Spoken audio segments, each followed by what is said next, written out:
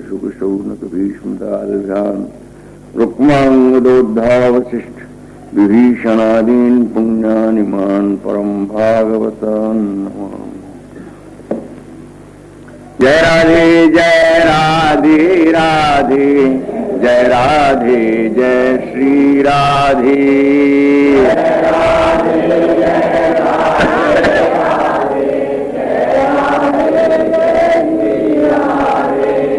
जय राधे जय श्री राधे, जय राधे जय श्यामा श्यामा, जय श्यामा जय श्री श्यामा, जय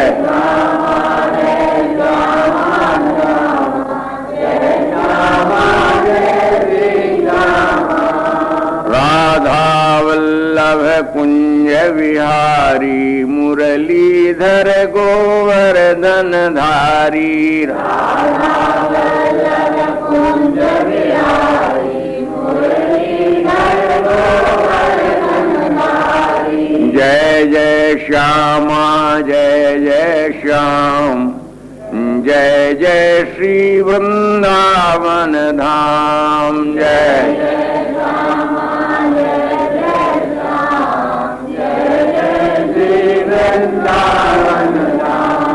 जय जय श्री वृंदावन धाम। जय जय श्री राधा वल्लभ लाल की, ललित लाडली लाल की, श्री वेंकटेश भगवान की, श्री त्रिभुवनेश्वरजू महाराज की, श्री सेवकजू महाराज की, श्री गुरु महाराज की, समस्त रसिक मंडली की, सब संत भक्तन की, श्री वृंदावन धाम की, श्री राधा नाम की। जय जय श्री राधे।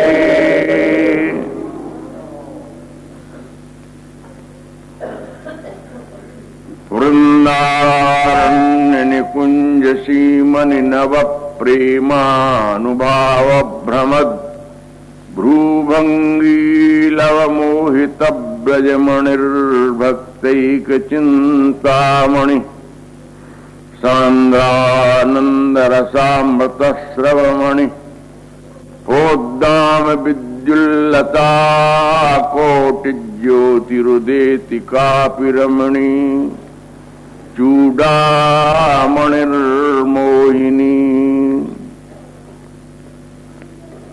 पूज्य चरण प्रातः स्मरणीय रसिकाचार्य श्रोमणी गोस्वामी श्री त्रिवेणी महाराज के रसमय काव्य श्रीमद् राधा रस सुधा निधि के इस 70वें श्लोक में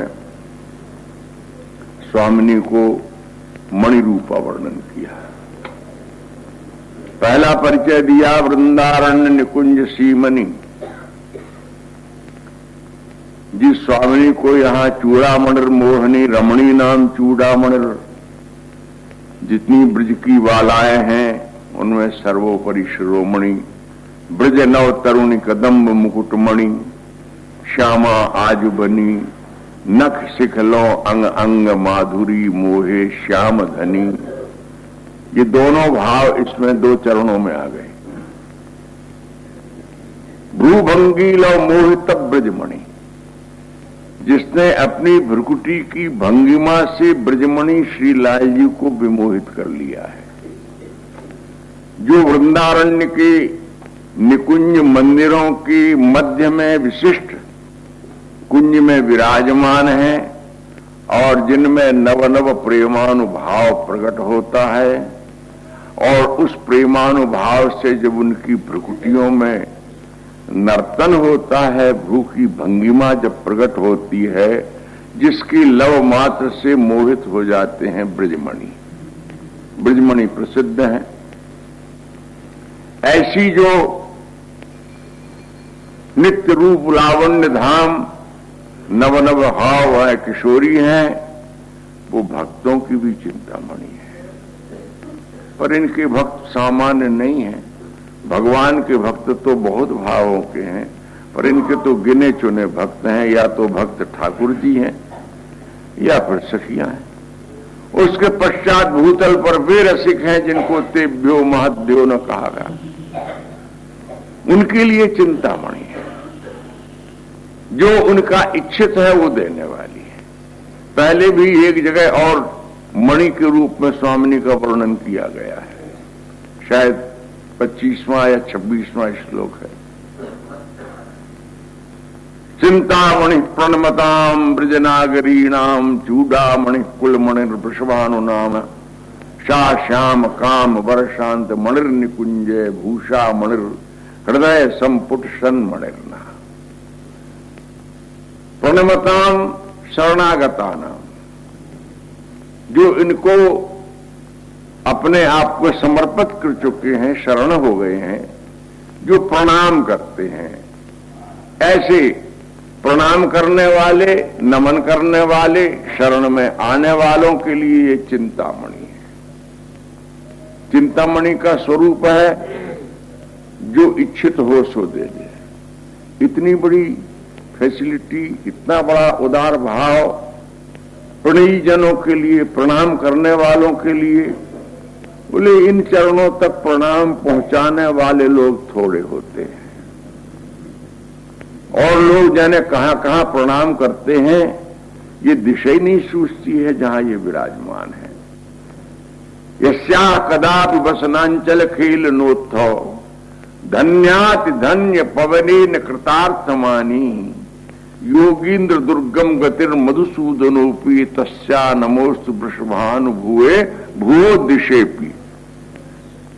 उस दिन श्री अमीरचंद जी शास्त्री विद्या वाचस्पति कहने लगे कि स्वामिनी कहां किस दिशा में विराजमान है। ये अर्थ के, काम के, धर्म के और मोक्ष के लोभियों को वो दिशा ही नहीं सूझती है, किधर विराजमान है नहीं जान पाता है। बहुत बड़ी पहुंच हुई, बहुत बड़ी पहुंच हुई तो कृष्ण तक पहुंच पाता है। और एक तो वो भी है जो चक्रधारी तक पहुंच पाते हैं, मुरलीधारी तक उनकी गति नहीं पहुंच पाती। बहुत से ऐसे लोग मिलेंगे आपको आज के जगत में जो कहते हैं कि ये मुरलीधारी की परिकल्पना है, वो लोग उसको परिकल्पना मानते हैं।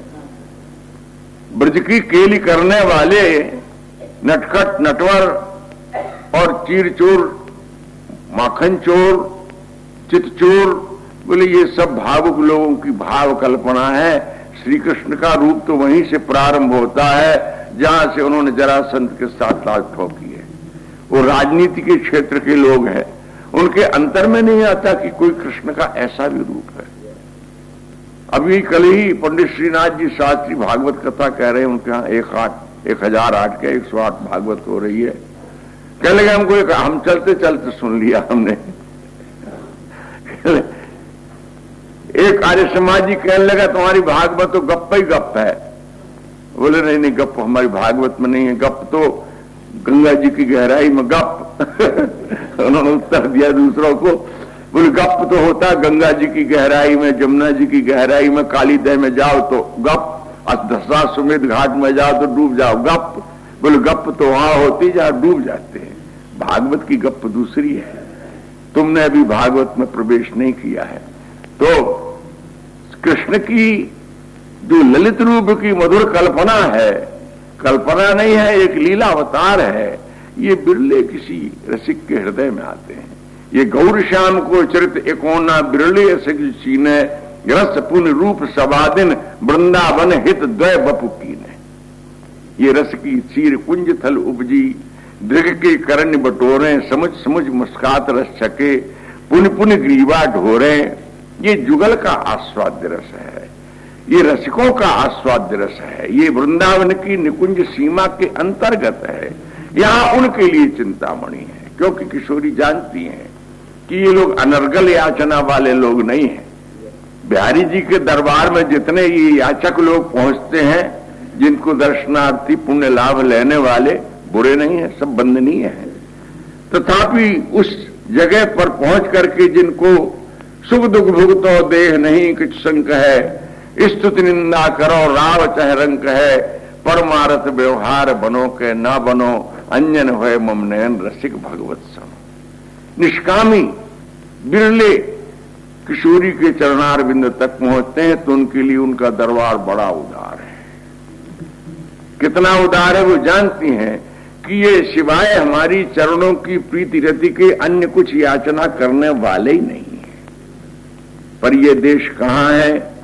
बोले वृंदावन की सीमा में घिरा हुआ है। एक वितर्क उठाया है टीकाकार ने कि कोई ये कहेगा कि तुम बारंबार इसको वृंदावन सीमनी, कहीं कह देते हो वृंदावन निकुंज सीमनी, वृंदावन की निकुंजों की भीतर के अभ्यंतर भाग में, इससे तो एक देशीय और संकुचित बन जाता है तुम्हारा वृंदावन। बोले ठीक है, एक देशीय संकुचित तुम उसको भले कह लो, पर इसका अर्थ यह भी होता है ना कि जैसे किसी अशुद्धताओं से मिली हुई वस्तु को छानते छानते साफ करते करते जो अत्यंततम शुद्ध हो जाए वो शुद्ध रूप कुछ और होता है। जैसे स्वर्ण को 100 बार अग्नि में तपाओ और पिघलाओ और उसके मल मैल को जलाते चले जाओ, 100 बार जलाने के बाद जो शुद्ध रूप होता है उसका नाम कुंदन है। उससे उत्तम स्वर्ण कोई नहीं होता है। ऐसे ही भक्ति रस को, ज्ञान रस को और कर्म को भी थोड़ी देर के लिए मान लो। कर्म को छाना तो भक्ति की निष्पत्ति हुई, भक्ति को छाना तो मोक्ष की निष्पत्ति हुई और उससे भी ऊपर उठ चले, तब ये वृंदावन और ब्रज का देश है। और ब्रज में से भी घुसते छानते चले आओ तब तो नवनिर्मित निकुंज का देश है, अत्यंत सूक्ष्म है, वो राधिका कुंज वाटिका है। अतएव वृंदावन की रस सूक्ष्मता के लिए इसको एक देशीय और संक्षिप्त में वर्णन किया, क्योंकि यही है ये नव प्रेमानुभाव। वृंदावन में, वृंदावन की रसोपासना में, वृंदावन रस के उपासक रसिक के चित्त में अन्य प्रकार की बातें मन में समाती नहीं है। वे याचना करते हैं, सकल बात घटते घटो, मन की वृत्ति अनेक, वृंदा विपिन विहार रस यह रहो ध्रुव एक। हमारे अंतर में न जाने विश्व का कितना कितना विशाल ज्ञान भर रहा है। ध्रुवदास जी कहते हैं ये घट जाए हमारे चित्त से। एक भक्त ने तो यहां तक मांगा कि बना दो बुद्धिहीन भगवान। ये बुद्धि पुष्यली ने हमको बहुत भटका दिया, न जाने कहां कहां का क्या क्या हमारे मस्तिष्क में भर गया है, न जाने किन किन बातों की उपादेयता चित्त में आ गई है, किनको हमने श्रेष्ठ मान रखा है और हम भ्रमित हो गए हैं। इसलिए हमको बुद्धिहीन बना दो, मूर्ख बना दो, जड़ बना दो। जड़ बन जाने में बड़ा मजा है। किसी नीतिकार ने भी कहा है तो काम उसी का पूरा जो इस दुनिया से बेकार बने।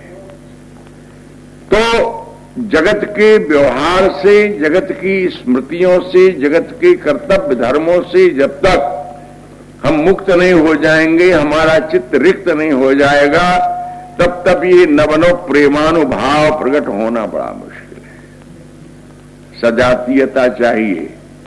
स्वामिनी के स्वरूप के साथ सखियों की जो सजातीयता है, लाल के अंतर्मन में जो सजातीयता है स्वामिनी की रुचि के अनुसार, क्योंकि इस रस की उपासना में अथवा वृंदावन के निकुंज देश की उपासना में अपनी न्यारी रुचि नहीं रख सकता कोई। ध्रुवदास जी तो कहते हैं कि जब तक दो मन दो रुचि एक ना हो जाए तब तक प्रेम है ही कहां। प्रेम का एक अर्थ ये भी है कि जब हम अपनी रुचियों को, अपनी इच्छाओं को, अपनी चाहतों को प्रेमास्पद की इच्छाओं में, चाहत में, रुचियों में मिला दें, जब तक हम नहीं मिलाएंगे तब तक प्रेम का अनुभव अथवा प्रेम का अनुगमन, अनुभाव हो नहीं सकता है।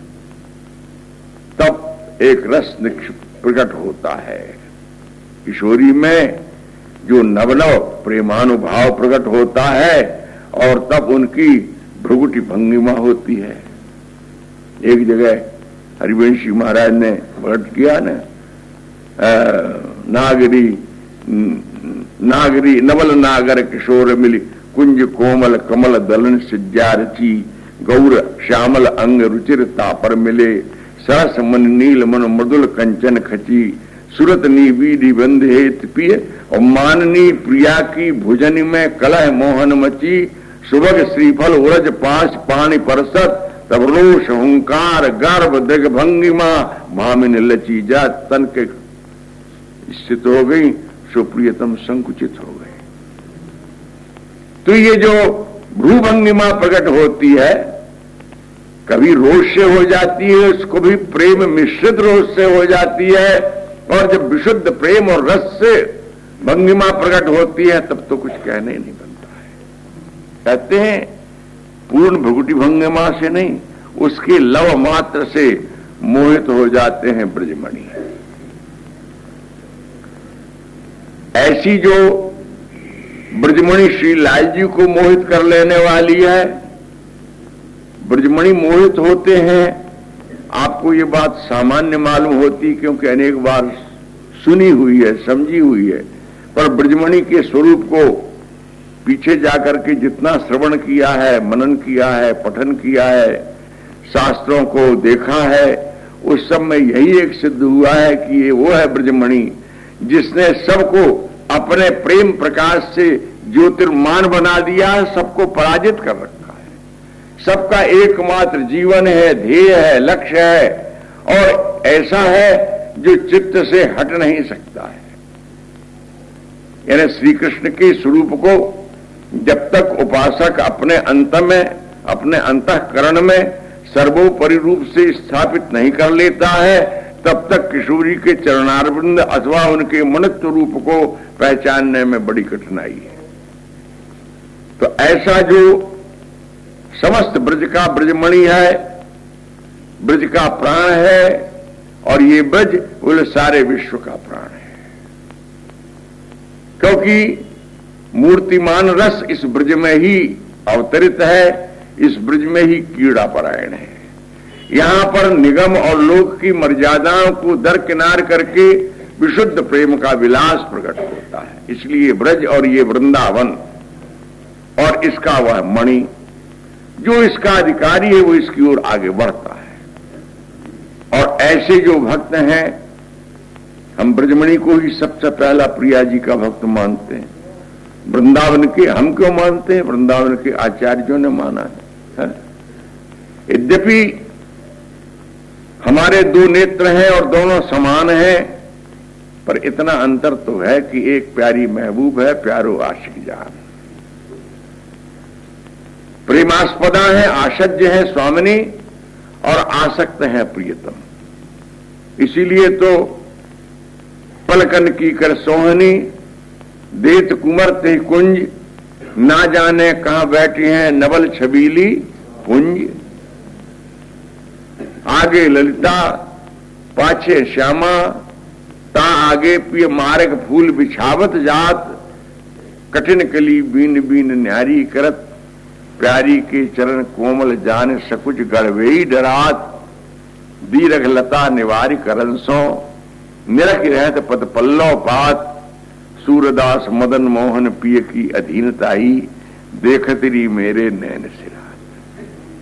कोई भक्त अपने स्वामी के लिए, अपने प्रियतम के लिए कुछ करेगा, पर इतना देखो, जिसकी साहिबी, जिसका स्वामित्व श्रुति उपनिषद कहते हैं, ईशावास्यमिदं सर्वम यत् किंचित जगत्याम जगत, जो कुछ ये जड़ चेतन में के रूप में देखा जा रहा है, नहीं जो कल्पना में आता है, जो शास्त्रों में सुना जाता है, अखिल अखिल विश्व ब्रह्मांड, जिसके कोटि कोटि ब्रह्मांड एक रोम में, एक रोम कूप में निवास करते हैं, वो सबका एकमात्र आराध्य आज वो ललिता को आगे करके जब किशोरी जी कुंज भवन से निकल चली, तो उनके मार्ग का पुष्पास्तरण बिछा रहा है। मार्ग फूल बिछावत जात, सावधान होकर के, सतर्क होकर के क्योंकि कुंजते निकष चली हैं सारी श्री राधा, आगे ललिता है, उनके पीछे हैं स्वामिनी। मर्यादा ये कहती कि आगे बड़े चले, पीछे छोटे लोग चले, इसलिए बड़े अग्रगामी होते हैं और छोटे अनुगामी होते हैं। पर निकुंज देश की, प्रेम के देश की रीति भिन्न है। यहां पर संरक्षक आगे होता है और अनुगत हो जाता है वह जिसको आगे होना चाहिए। और प्रियतम जो आज यहां ब्रजमणि भक्त के रूप में है, भक्तई की चिंतामणि, एक पद देकर के बताया, एकमात्र चिंतामणि, एकमात्र स्वामिनी, भक्तों की अनन्यता है। मार्ग में फूल बिछाते चलते हैं, कठोर कठोर कलियों को बीनते हैं, चुभ ना जाए प्यारी के चरण कोमल जाने। अनुभव है उनको इस बात का, अनुमान नहीं है। अनुमान तो उन भक्तों को होता है जिन्होंने देखे नहीं है। ये तो वो भक्तों में है जिन्होंने चरण सहलाए हैं। चापत चरण मोहन लाल, कुंवरी राधे पलंग पौड़ी सुंदरी नौबाल। इसलिए ठिनकली बीन बीन न्यारी करत, प्यारी के चरण कोमल जाने सकुज गढ़वेई डरात। स्वामिनी जब अपनी प्रेम की मदमस्ती में झूमकर आगे बढ़ेंगी तो ये वृंदावन की लताएं उनका स्पर्श प्राप्त करने के लिए लूम झूम करके सामने आ जाएंगी। प्रियतम कहते हैं ये विक्षेप रूप भक्ति ठीक नहीं। जो लोग रास्ता चलते प्रणाम करते हैं, डर लगता गिरा देंगे कमजोर हो कोई तो गिर पड़े, ये नहीं है। ये भक्ति का उचित रूप नहीं है। उचित रूप तो है जब आसन पर बैठ जाए तब प्रणाम करना चाहिए। ऐसे शास्त्र में भी मर्यादा दी हुई है। इसको हम रास्ता रोक दंडवत कहते हैं। एक दंडवत होती है, दंडवत, और एक रास्ता रोक होती है। तो रास्ता रोक ठीक नहीं। ये लताएं जो झूम झूम करके आ जाती हैं, ये तो विक्षेप दे रही हैं। इनका निवारण करते हैं प्रीतम। ये तुम्हारा भक्ति पथ आखिर लताएं हैं, प्रियतम ज्यादा इसके ज्ञाता है। तो बीन बीन न्यारी ही नहीं करे, दीरघ लता निवार करन सो, और निरख रहे तो पद पल्लव पात। प्रिया के हुए कोमल पल्लव की तरह सुकुमार सुरंग श्री चरणों पर अपनी दृष्टि लगाए रखते हैं। कहीं कोई पुष्प का वृंद चुभ तो नहीं गया, और चुभने से कोई पीड़ा तो नहीं हुई। कितना तत्सुखित्व है। सूरदास मदन मोहन जी कहते हैं, यहां मदन मोहन शब्द श्लेष है। मदन मोहन प्रिय की अधीनताई, ये साधारण प्रियतम नहीं है, ये मदन को भी मोहित कर लेने वाला प्रियतम है। और इसकी एक विशेषता है, इसमें न मद है न मोह है। और मद मोह दोनों को जिसने छोड़ दिया है किशोरी के लिए। मदन मोहन प्रिय की आज की ये प्रेमाधीनता देख करके नेत्र शांत शीतल हो रहे हैं। यह है प्रेम का सूक्ष्म बिंदु। भक्तई चिंतामणि क्या देती हैं अपने भक्त को, वो हमारी वाणी में नहीं आ सकता है। वो रसिका महानुभावों की वाणी से पढ़ो, देखो। हो बलि जाऊं नागरी श्याम, ऐसे ही रंग करो निशिवासर वृंदा विपिन कुटी अभिराम। हास विलास सुरत रस सिंचन, पशुपति दग्ध जीवावत काम। जय श्री हित हरिवंश लोल लोचन अली, करहु न सफल सकल सुखधाम। हो बलि जाऊं नागरी श्याम। श्याम के अपने भक्त के प्रति जिन्हें प्रियतम स्वीकार किया है, आज इतनी धरन है। हास विलास सुरत रस सिंचन, किमधिकम पशुपति दग्ध जो काम है। शिव जी ने कोपित होकर के जो तीसरा नेत्र खोल करके जिसे जला के भस्म कर दिया था, आज वो नागरी श्याम की कृपा से जीवित है। वृंदावन में नए रूप में जन्म लेकर के प्रकट है। कई जगह ऐसा वर्णन आया। ये इतिहास नहीं कह रहा हूं मैं, भाव की बात कहता हूं।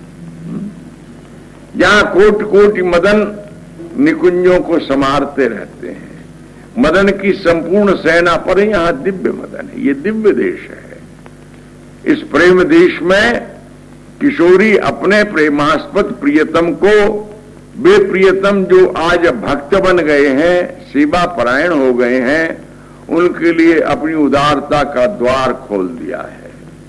इसलिए उनको चतुरासी में 3 जगह उदार शब्द का प्रयोग किया। एक तो जहां पर जोगपीठ वर्णन किया है, प्रथम जथामत प्रणु, उसके अंत में जाकर के कहा ऐसी उदारता जिन्होंने प्रियतम को सर्वस्व दे डाला। अस्तु भक्तैक चिंतामणि, दूसरे भक्त भी हैं जिनकी अंतर्मन में किंतु आशाप्यस्तु वृंदावन भू मधुरा कोटि जन्मांतरे भी, यही राधा सुधा निधि में वर्णन किया गया। हमको उन शास्त्रों से कुछ नहीं लेना है जिनमें सद्धर्म के वर्णन है, जिनमें ज्ञान है, जिनमें नीति है, जिनमें सदाचार है, जिनमें मोक्ष का वर्णन किया गया है। भले ही बड़े बड़े महापुरुषों ने उन शास्त्रों की रचना की हो, बड़े बड़ों ने उनको ग्रहण किया हो, उन बड़े बड़ों ने बड़े बड़े फल पा लिए हों, पर हमको नहीं चाहिए। तुम्हारा दिमाग खराब हो गया है, ऐसी चीज तुम छोड़ रहे हो इसलिए कि जहां हमारा दिल अटका हुआ है वो तो वहां नहीं है ना। उन शास्त्रों में, उन वर्णनों में हमारी किशोरी राधा का वर्णन नहीं है, उनका नाम नहीं है। वृंदावन को अमल जस जही पुराण में नाही, ताकि बानी परो जिन कबहू श्रवणन माए। वृंदावन का ये निर्मल यश प्रिया प्रीतम की प्रेम के लिए जिन पुराणों में नहीं है, इनको हम क्या करेंगे। एक बार हम कलकत्ते गए तो मनसुख राय मोर ने तमाम स्मृति और पुराणों का पुलिंदा एक पंडित के साथ लाके हमारे सामने रख दिया और सब उनकी महिमा सुनाता, हम सुनते गए, प्रेम पूर्वक घंटा भर सुनाया। और बोले कि स्वामी जी हमारी तो ये प्रार्थना है कि इनका आप रसास्वादन करें और रसास्वादन कराएं। हमने कहा महानुभाव हमको क्षमा करना, हम लोग वृंदावन वासी हैं, इन सबका रसास्वादन अब हमारे बस का नहीं रह गया है और न हम कर सकते हैं न करा सकते हैं। आपको देना हो तो लाइब्रेरी की शोभा हम बढ़ा देंगे, पर बाकी पढ़ने पढ़ाना तो हम कुरु पुराण कहाँ पढ़ने जाएंगे। हमको कुरु पुराण में कोई रुचि नहीं रहेगी। अग्नि पुराण में हम व्याकरण उसमें भरा हुआ है, उसको पढ़ना था तब पढ़ लिया एक बार, पर अब नहीं पढ़ सकते हैं। अच्छा तो ले जाइए आप। तो वृंदावन को अमल जस जय पुराण में नाय, ताकि बानी परोजिन कबहू श्रवणन मां। ये तिरस्कार नहीं है, ये घृणा नहीं है, ये विवशता है। सेठ हरगुलाल जी का नाम सब जानते हैं। बिहारी जी के बड़े अनन्य भक्त और सिख थे। स्वामी जी पर तो उन्होंने अपने आप को न्यौछावर कर दिया। उनको लोग की आज की स्थिति को देख करके मन में आया कि स्वामी हरिदास जी पर एक थीसिस सबमिट कराई जाए। तो यहां पर एक जवाहर इंटर कॉलेज है, वहां के एक जो प्राध्यापक थे वो खोजते फिर रहे थे। उनको कहा हम देंगे विषय, तुमको करो। 3-4 वर्ष जुट करके उन्होंने उसको थीसिस तैयार करवाया और जब वो सबमिट हो करके उसको उनको डॉक्टरेट मिल गई तो वो ला करके छपवाए करके इनके पास लाया। सेठ जी आपकी कृपा से ये थीसिस हो गई, हमको डॉक्टरेट मिल गई, अब कृपा करके आप इसका आस्वादन करें। तो बोले अब आस्वादन करने की कोई अभिरुचि नहीं रह गई है, अब तो मरने के दिन आए, अब स्वामी हरिदास का नाम लेने दो, हमको ये सब नहीं करना है। नहीं लिया, लौटा दिया। ठीक है, तुम्हारा परोपकार सेवा कार्य मन में आ गई थी, तरंग कर दिया, पर अब हमारे मन में अभिरुचि नहीं रही है। इसमें तमाम कबाड़ा भरा पड़ा हुआ है, इसको हम क्या पढ़ेंगे। हम तो संक्षिप्त सार लेते हैं। तो ये सारग्राही है जिन्होंने वृंदावन रस सबको सारा, जितना भी तुम्हारा परमार्थ का वितान है उसमें मोक्ष की सिद्धियों के, नाना लोक लोकांतरों की प्राप्ति के जितने भी साधन हैं, साध्य हैं, सब की ओर से हम चिर निराश हो चुके हैं। अब हमारे मस्तिष्क में और कुछ पढ़ने पढ़ाने की नहीं, न जाने कितने पत्र आते हैं, कितनी पत्रिकाएं आती हैं, बड़ी उनकी साज सज्जा सुंदर होती है। जब खोल के पढ़ने लगो तो उसमें ऐसा लगता है कि जैसे कलीवर को टटोला है लोगों ने, निष्प्राण वस्तु भरी हुई है, क्योंकि वृंदावन का रस सबका सार है। तो जो रसिक जन है, जिनका ये प्राण है, वही तो ये कह रहे हैं, किम मानस्तैः सुशास्त्रैः किमथ तदुदितैः क्वर्त्नभिः सद्गृहीतैः यत्रास्ति प्रेम मूर्तिर्नहि महिम सुधा नापि भावस्तदीय। क्योंकि उनकी भाव सुधा इन ग्रंथों में नहीं है, उनका नाम नहीं है, उनका यश नहीं है। किम वा वैकुंठ लक्ष्म्याप्यः, वो विकुंठ धाम का ऐश्वर्य और माधुर्य, उनका वैभव और साक्षात श्री, उनका सुख, उनका रूप, उनका विलास, वो अपने आप में विलक्षण है। बोले भाई क्या करें, हमारा मन वहां तक नहीं चाहता है। क्या चाहता है?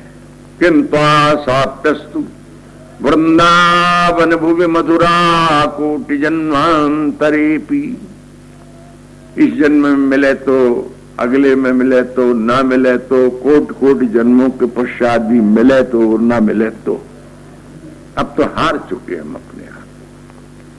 जब तक इस प्रकार से भक्ति धारण नहीं की जाए, इसको निर्भरा कहते हैं। इस भक्ति तुलसीदास जी ने भी इसकी याचना की है, भक्तिम प्रेक्ष रघुपुंग भाव निर्भराम में।